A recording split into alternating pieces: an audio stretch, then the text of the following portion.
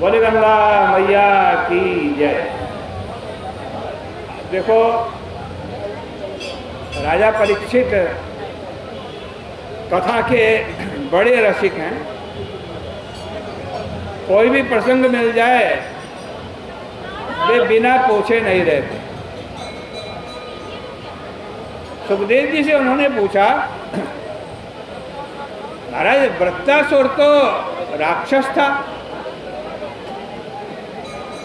रजोगुणी तमोगुणी स्वभाव वाला था, फिर नारायण भगवान से इतना प्रेम कहाँ से मिला?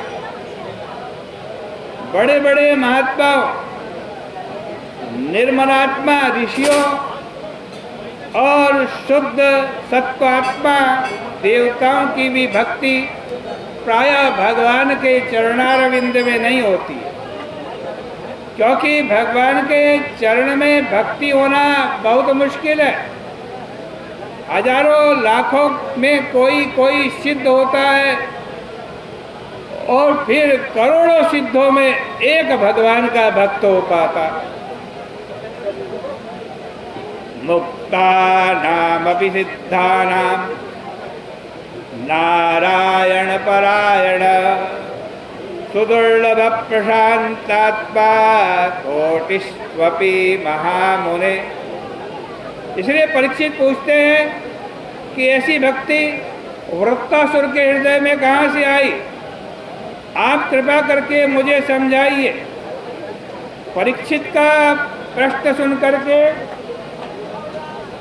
और यह देख करके कि परीक्षित ने बहुत श्रद्धा से प्रश्न किया है, सुखदेव जी बोले, हे राजन, सावधान होकर के श्रवण करो। मैंने यह कथा व्यास, नारद और देवल ऋषि को सुनाई है। सूरसेन देश में चित्रकेतु नाम के एक सार्वभौम राजा थे। देखो, आजकल मथुरा आगरा के क्षेत्र को शूरसेन कहते हैं। चित्रकेतु की पृथ्वी क्या थी? साक्षात कामधेनु थी। उसकी बहुत सारी पत्नियां थी, उनके पास बहुत सारी संपत्ति भी थी, फिर भी उनको सुख नहीं था। एक दिन राजा के घर में अंगिरा ऋषि आए। उनका खूब स्वागत सत्कार हुआ। ऋषि ने पूछा, तुम्हारी प्रकृति, तुम्हारी प्रजा तो सुखी है ना? जब पत्नी, पुत्र, कोषाध्यक्ष, सेनापति, पुरोहित ये सब राजा के सुखी रहते हैं, तभी राजा भी सुखी रह सकता है। बताओ, ये सब लोग तुम्हारी आज्ञा मानते हैं या नहीं मानते? क्योंकि कोई मालिक तो हो, लेकिन उसकी कोई बात ना माने, सब अपने अपने मन की करते रहें, तो सबसे ज़्यादा वो मालिक ही दुखी रहता है। सच्ची बात यह है कि जिसका अपना मन वश में होता है, उसके वश में सब होते हैं और उसकी प्रसन्नता चाहते हैं।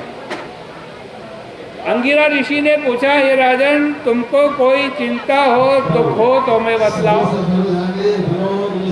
राजा ने कहा, महाराज, आप तो सब कुछ जानते हैं, फिर भी जब पूछते हैं तो बताना ही पड़ेगा।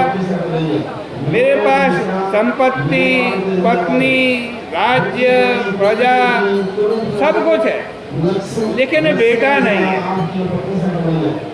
इस कारण से हमको सुख नहीं हो रहा। कृपया आप इस दुख से छुटकारा पाने का उपाय बताएं। देखो, ये संसार है, पूर्ण सुखी तो कोई भी नहीं है। सबके पास कुछ ना कुछ कमी तो रह ही जाती है। जब सृष्टि के प्रारंभ में जीवात्मा भगवान के यहाँ से चलने लगा तब वो जीवात्मा डर सा गया, कहीं मैं संसार में ही ना फंस जाऊं, लौट कर भगवान के पास जाऊं ही ना। वो हाथ जोड़ करके भगवान से कहने लगा, प्रभु मैं कहीं संसार में फंस गया और लौट करके आपके पास नहीं आया, तब क्या होगा? भगवान ने कहा कोई बात नहीं, ये लो, हम तुमको एक दुख